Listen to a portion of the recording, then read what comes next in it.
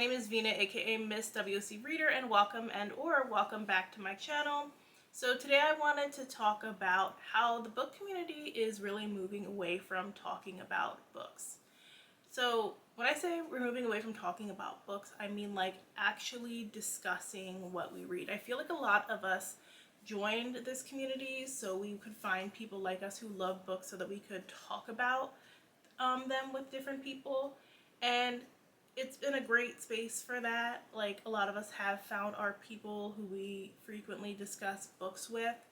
At the same time, I've noticed, like, in the past couple of years, a shift from like the content that people were making, where it's less and less about talking about individual books and more about the imagery surrounding being a reader. Like, I'll see people who have like a whole Instagram or a whole TikTok page or whatever, where they have video after video after video. They post a video almost every day, but it's not actually like them ever discussing any of the stuff they're reading. They just like hold it up, whatever they're reading, to whatever trending sound or song or whatever, and it's like how I feel when my husband wants to ask me a question and it's reading time or something like that.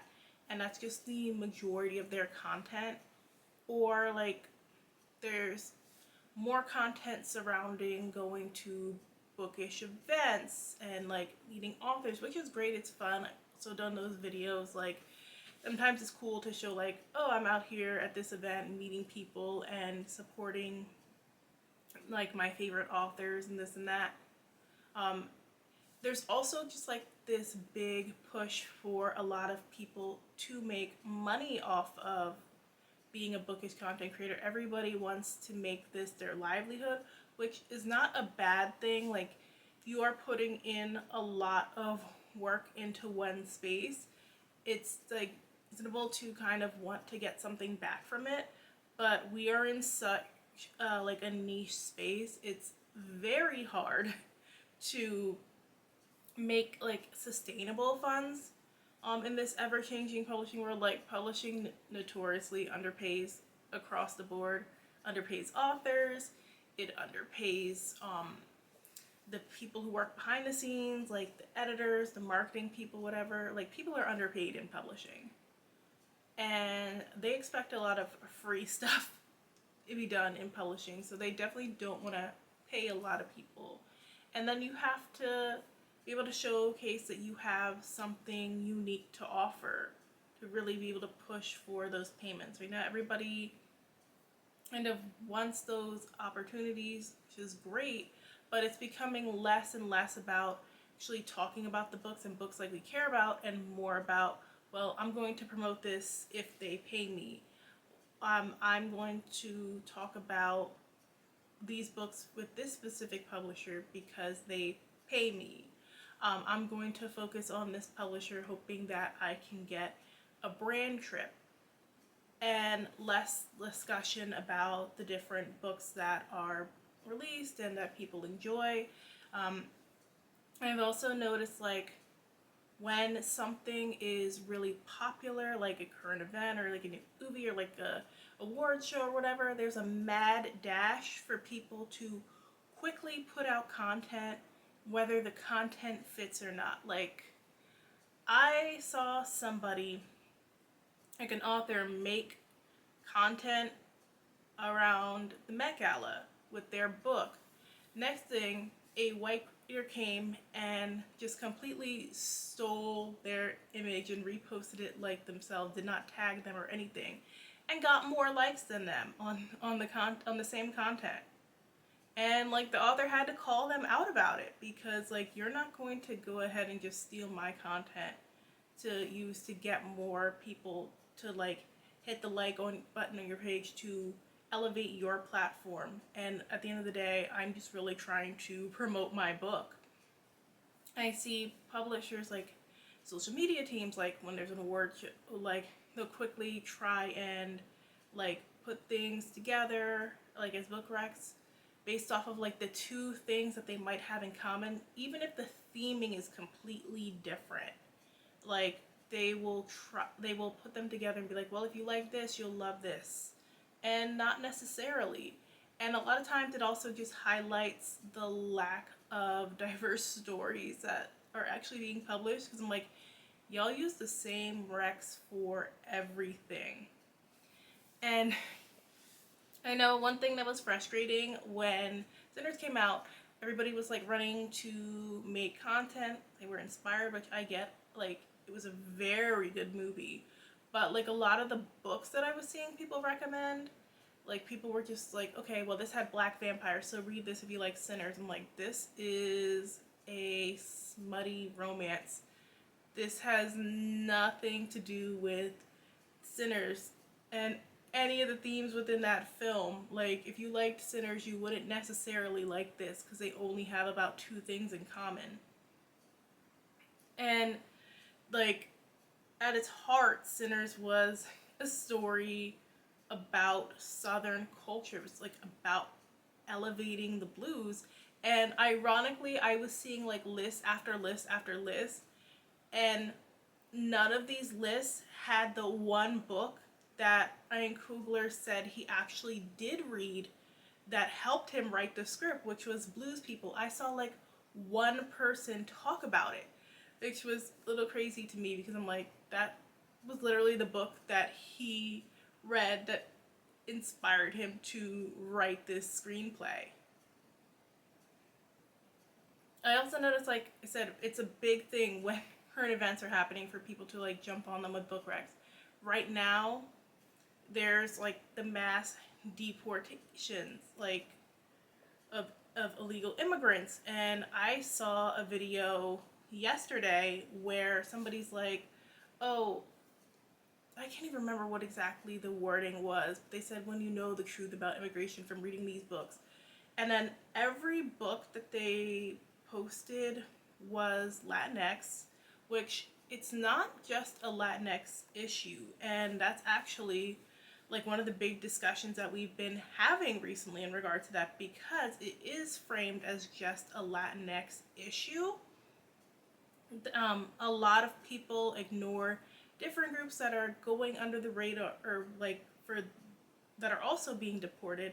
And because it is framed as just a Latinx issue, a lot of people just don't have the empathy, because they're like, well, I don't care about that group, so therefore this issue doesn't affect me. And I'm like, no. And also in this video, one of the books that they had featured was With the Fire on High by Elizabeth Acevedo. If you've never read With the Fire on High, yes, Elizabeth Acevedo is a Dominican American author. However, With the Fire on High does not have Dominican American characters. With the Fire on High is about an African American and Afro Puerto Rican girl living in Philadelphia who is a teen mother trying to fulfill her dreams of being able to be a part of this cooking program and go on this trip abroad, while also balancing being a teen mom and having no help, because it's just her and her grandma. They don't talk about immigration at all in that book, because they don't have a need to. She's not an immigrant. She's, again, African American and Puerto Rican, US citizen. Like, her dad comes and goes as he pleases because he can, because he's Puerto Rican. So I'm like, we are in such a like rush to scramble and grab books that we think fit things so that we can get a video up as fast as possible to capitalize on different events, that we actually are not always paying close attention to what we're promoting and if it actually fits the discussion. And I'm like, a lot of these books too, like that are fictional books, they are just only just scratching the surface of the issues, because one of the things we don't talk about enough is that majority of the editors are white. They want a specific image, especially when it comes to BIPOC issues. They want it dumbed down and explained like in the easiest of terms. They don't want you to get too deep into the discussion, because they can't understand. If they can't relate, like, they don't want to read about it. And I've talked to so many BIPOC authors who were like, yeah, I wanted to write about this, but like I kept getting rejected, or like I wrote about this and I had to like I was advised by my editor to take it out because people wouldn't understand it. I was advised to over explain XYZ. And so we get these very filtered fictional books. Like nonfiction, you can get away with like having a deeper discussion, but a lot of times in fiction they want it to fit a specific thing. So we'll like brush on the surface of this issue, but not fully get into it. Like a lot of the discussions that I'm seeing in other places online about immigration are very complex. Like we're talking about, you know, like we're having the diaspora wars in regards to immigration. I see Afro-Annex people talking about their experience with anti-blackness in their community and how they get left out of the immigrant conversation. We have African and Caribbean people talking about their experience with immigration. So we have the Asian community talking about their experience. Like none of that is really highlighted in the book community because like all the books that I'm seeing pushed forward are focusing on Latinx people and immigration, but specifically ones who look one type of way. You know, like the stereotype tan skin, long, dark, wavy hair. But I'm like, that's not how everybody looks like who is experiencing this issue. And I knew we were cooked when the news, no, I don't even think it was like the specific trial, like lawsuit news. I think it was when that video dropped of Diddy beating Cassie, and I saw like a YA librarian scrambling like, oh my gosh, I can't find a YA book that fits this theme that talks about this situation with Diddy and Cassie. And I'm like, wait, what? That like threw me for a loop because I'm just like, this isn't even a YA issue. Those two are adults. This was an incident that happened between adults, and also it's not just like a regular abusive situation. This is a very like complex situation. Like there's a whole RICO trial surrounding it. It was a lot more than just like a man beating on a woman. This isn't even a situation a teen would find themselves in, because how many teens are meeting with a mega mogul? Like some like I don't understand that either. Like people are always looking for a YA equivalent to current events, and not everything fits like the YA age category either. One thing I've noticed as well with publishers is they push for high concept books all the time, and I see some of these books come out with these situations that the teens are supposed to be going through, and I'm just like, who even asked for this? Because it's not stuff that the teens are asking for, but also it's not things that are really relatable to them. Like it's one thing to read in the news about somebody being wrongfully accused of a crime. It's another thing for like you to see it out between you and your friends, like you like there were protests and then you took part in the looting and then you got blamed for a murder. Like that's very that's such a very like complex issue that most people thankfully would not be able to relate to. And like these books don't always do the best job even unpacking like the full like everything surrounding that. But those are the types of stories that these publishers really push for. I call them Black History Month bait sometimes, because they push them at the forefront like this is an important book.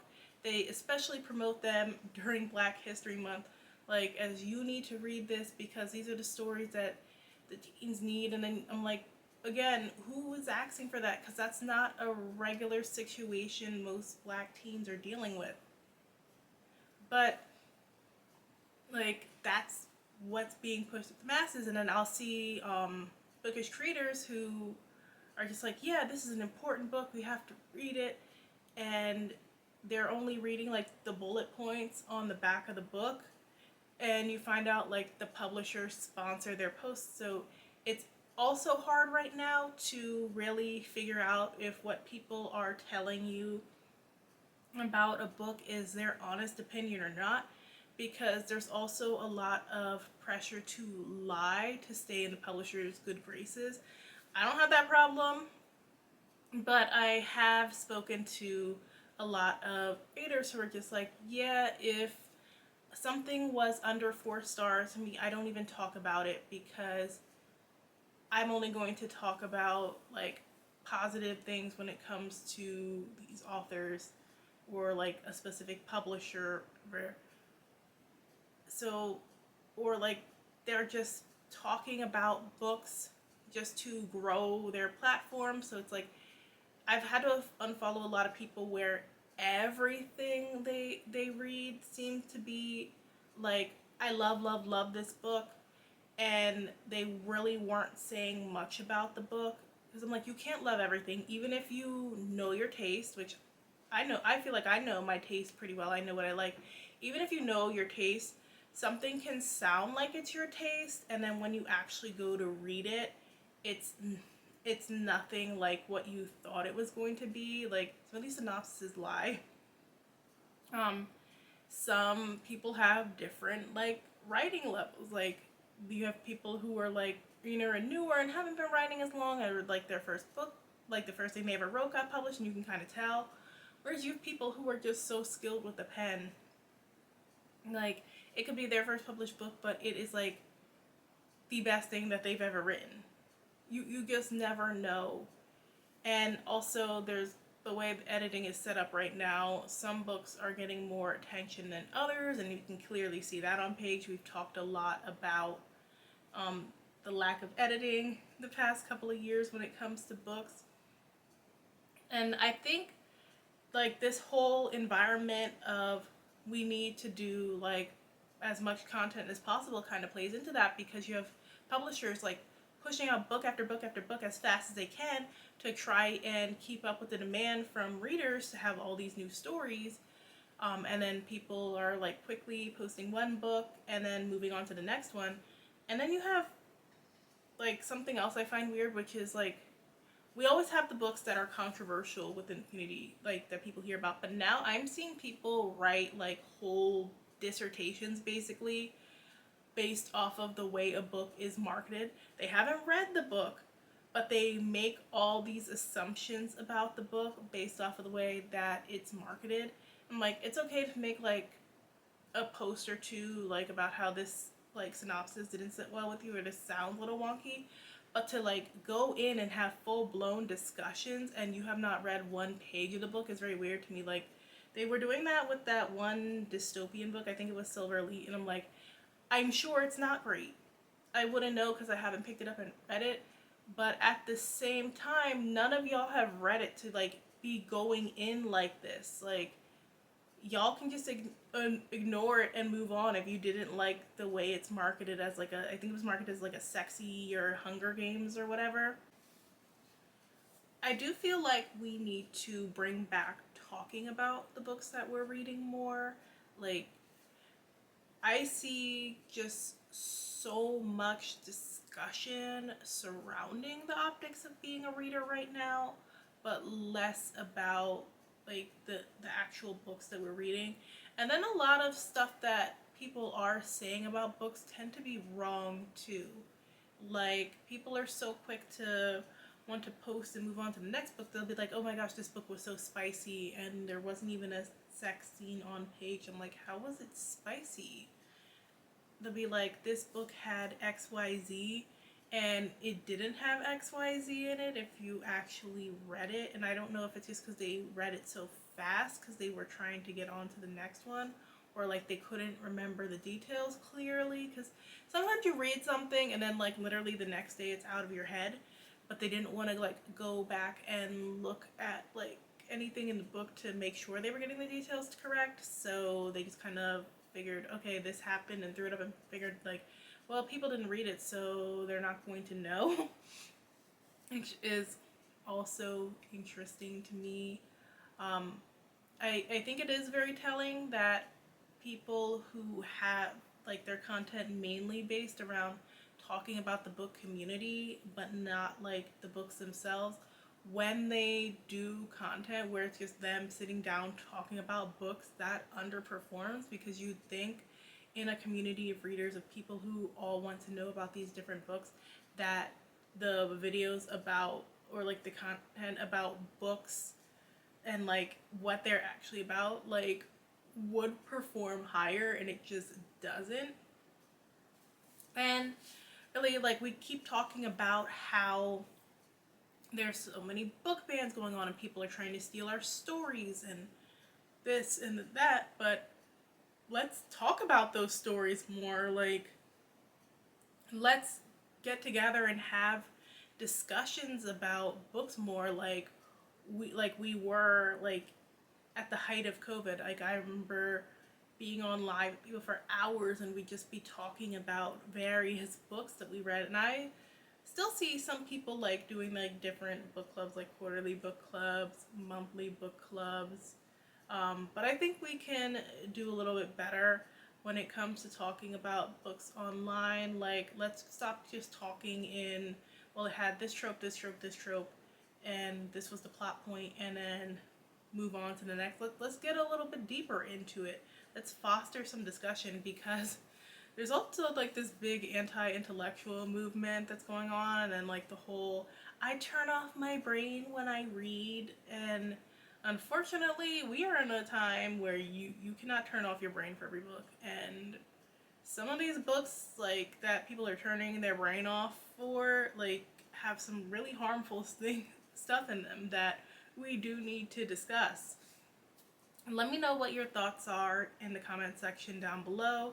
If you like this video, make sure and hit that like button. Thanks so much for watching. I will see you guys in the next one. Bye!